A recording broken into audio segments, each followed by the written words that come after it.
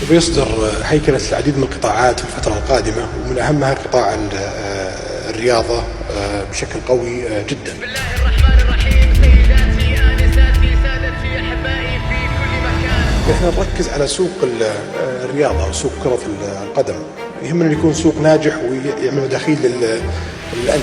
أطلق صاحب السمو الملكي الأمير محمد بن سلمان ولي العهد رئيس مجلس الوزراء حفظه الله اليوم مشروع الاستثمار والتخصيص للأندية الرياضية. هنا المملكة العربية السعودية، حيث روح التنافس والتحدي أسلوب حياة.